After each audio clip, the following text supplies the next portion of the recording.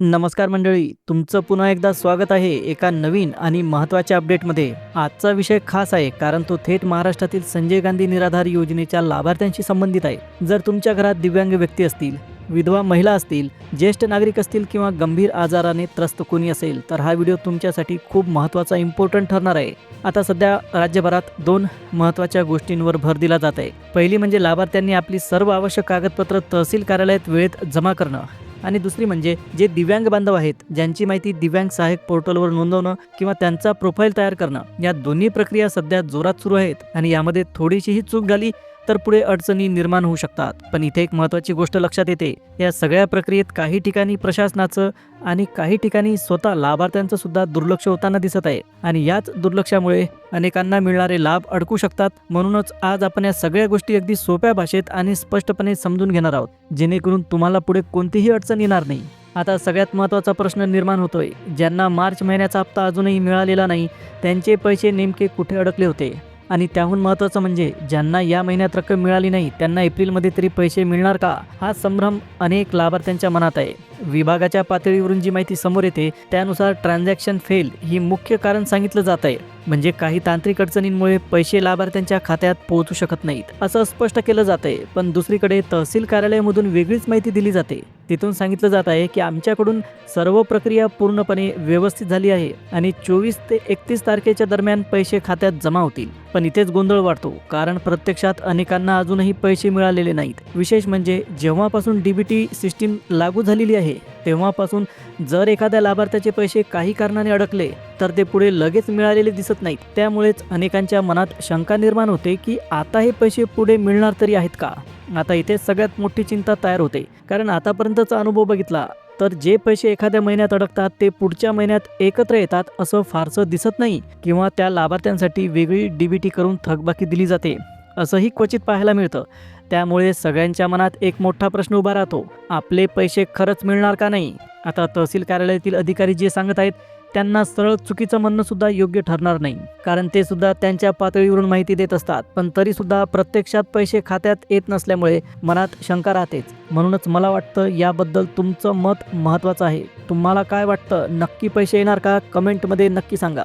आणि आणखी एक महत्त्वाची गोष्ट लक्षात घ्या, ज्यांना मार्च महिन्याचा हप्ता मिळालेला नाही त्यांच्यासाठी एप्रिल महिन्याचे पैसे येतील का नाही हा अजून एक मोठा प्रश्न आहे, कारण मार्चचे पैसे का थांबले याबद्दल अजूनपर्यंत सरकारकडून कोणतंही स्पष्टीकरण आलेलं नाही, ना कोणतं अधिकृत पत्रक, ना प्रेस नोट, कुठेही ठोस माहिती आलेली नाही।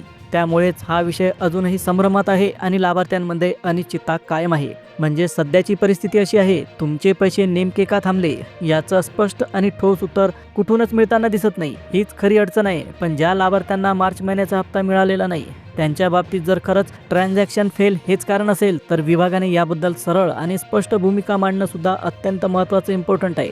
सरकार किंवा संबंधित विभागाने खुलं सांगितलं पाहिजे, ज्यांचे पैसे अडकले आहेत ते पुढे मिळणार आहेत का नाही, की काही कारणामुळे ते येणारच नाहीत। आणि सर्वात महत्त्वाचं म्हणजे एप्रिल महिन्याचा हप्ता मिळण्यात काही अडथळा येणार आहे का नाही, कारण आता लोक फक्त अंदाज लावत आहेत पण अधिकृत माहिती मात्र मिळत नाही। आता लाभार्थ्यांच्या मनात एक भीती आहे, अनेक जण म्हणतात एक महिना पैसे आले नाहीत तर आपल्याला तक्रार करता येते, पण जर एप्रिलमध्ये सुद्धा असं झालं तर मग काय करायचं, हा प्रश्न अगदी रास्त आहे, कारण बहुतांश लोक या पैशांवरच अवलंबून असतात। आता जर खरंच तांत्रिक कारणांमुळे म्हणजे ट्रान्झॅक्शन फेल झाल्यामुळे पैसे अडकले असतील तर ते समजण्यासारखं आहे, पण जर एखाद्याचे कागदपत्र अपूर्ण असतील किंवा काही माहिती चुकीची असेल आणि त्यामुळे पैसे थांबले असतील तर त्या लाभार्थ्याला याची स्पष्ट माहिती दिली गेली पाहिजे। त्याला कळलं पाहिजे की त्याची नेमकी चूक कुठे झालेली आहे, त्यामुळे ती चूक तो सुधारू शकतो। नाहीतर लोक अंधारातच राहतात आणि पैसे कधी येतील याची वाट बघत बसतात। म्हणूनच लाभार्थ्यांकडून एक साधी आणि स्पष्ट अपेक्षा व्यक्त केली जाते, जर कागदपत्रांमध्ये काही त्रुटी असतील तर त्या त्वरित दुरुस्त करून घ्याव्यात। संबंधित अधिकाऱ्यांनी लाभार्थ्यांकडून आवश्यक कागदपत्र घ्यावीत आणि एप्रिल महिन्याचे पैसे त्यांच्या खात्यात जमा होण्यात जी काही अडचण आहे ती आधीच सोडवावी, म्हणजे पुन्हा तीच समस्या निर्माण होणार नाही। पण प्रत्यक्षात काय दिसतंय, अनेक ठिकाणी प्रशासन किंवा संबंधित विभाग याबद्दल स्पष्ट बोलताना दिसत नाहीत। ठोस कारण सांगितलं जात नाही आणि जे काही सांगितलं जाते त्यामध्येही खात्रीलायक माहिती नसते। त्यामुळे लाभार्थी अधिकच संभ्रमात जात आहेत, नेमकं खरं काय आणि पुढे काय होणार हे समजतच नाही। म्हणूनच या व्हिडिओच्या माध्यमातून सर्व लाभार्थ्यांच्या वतीने एक सरळ आणि प्रामाणिक विनंती सरकारपर्यंत पोहोचवायची आहे. सरकारने स्पष्टपणे सांगावं, ज्यांचे पैसे अडकले आहेत त्यांच्यासाठी पुन्हा DBT केली जाणार आहे का? ते पैसे थेट खात्यात जमा होणार आहेत का, की पुढील महिन्यात ते समाविष्ट करून दिले जातील? आणि सर्वात महत्त्वाचं, मार्च महिन्याचे पैसे न मिळण्यामागचं खरं कारण काय आहे? ते फक्त ट्रान्झॅक्शन फेलमुळेच थांबले आहेत का, की यामागे काही वेगळं कारण आहे? ती स्पष्टता मिळाली तरच लाभार्थ्यांचा गोंधळ कमी होईल आणि त्यांना पुढचं काय करायचं याचा योग्य निर्णय घेता येईल. आता इथे एक स्पष्ट मागणी समोर येते.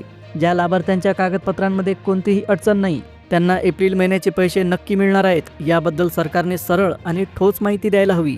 यासाठी एखादं अधिकृत पत्र, प्रेस नोट किंवा किमान अधिकृत वेबसाईटवर स्पष्ट नोटीस टाकली गेली पाहिजे, जेणेकरून लोकांचा संभ्रम दूर होईल. कारण सध्या परिस्थिती अशी आहे, लोक अंदाज लावतायत, कुणाकडून काही ऐकून घेत आहेत, पण खात्रीलायक माहिती कुठेच मिळत नाही. त्यामुळे ही मागणी अगदी रास्त वाटते. तुम्हाला काय वाटतं? सरकारने असं स्पष्ट सांगणं गरजेचं आहे का? कमेंटमध्ये तुमचं मत नक्की लिहा. आणि एक गोष्ट लक्षात घ्या, सध्या 2 मोठ्या प्रक्रिया सुरू आहेत, कागदपत्रांची पडताळणी आणि पोर्टलवर नोंदणी. पण या सगळ्यातच हा मुख्य मुद्दा म्हणजे पैसे न येण्याचा बाजूला पडू नये. कारण शेवटी लाभार्थ्यांसाठी सर्वात महत्त्वाची गोष्ट म्हणजे त्यांच्या खात्यात वेळेवर पैसे जमा होणं. कारण खरं सांगायचं झालं तर ज्यांना मार्च महिन्याचा हप्ता मिळालाच नाही त्यांच्यासाठी एप्रिलबद्दल सुद्धा थोडीशी चिंता निर्माण होते. उद्या पुन्हा त्यांनाच पैसे मिळाले नाही तर मग याची जबाबदारी नेमकी कोण घेणार? हा प्रश्न आता प्रत्येक लाभार्थ्याच्या मनात आहे. म्हणूनच ही गोष्ट फक्त आपल्यापुरतीच मर्यादित ठेवून चालणार नाही. सरकारपर्यंत, संबंधित विभागापर्यंत आणि अधिकाऱ्यांपर्यंत हा मुद्दा स्पष्टपणे पोहोचवणं गरजेचं आहे. नाहीतर असं चालू राहिलं तर हळूहळू लाभार्थ्यांची संख्या कमी करण्याचे प्रकार आपण आधीही पाहिले आहेत आणि पुन्हा तसं होऊ शकतं. म्हणून मित्रांनो, प्रत्येकाने जागरूक राहणं इम्पॉर्टंट आहे. आपल्या हक्काच्या पैशांबद्दल आपण सतर्क राहून प्रश्न विचारले पाहिजेत आणि योग्य माहिती मागितली पाहिजे. आज आपण आवाज उठवला तरच उद्या अशी समस्या पुन्हा निर्माण होणार नाही. तुम्हाला या सगळ्या परिस्थितीबद्दल काय वाटतं? नक्की तुमचं मत कमेंटमध्ये सांगा. चला तर मग आजसाठी इतकंच. पुन्हा भेटूया पुढच्या अपडेटमध्ये. तोपर्यंत धन्यवाद. जय हिंद, जय महाराष्ट्र.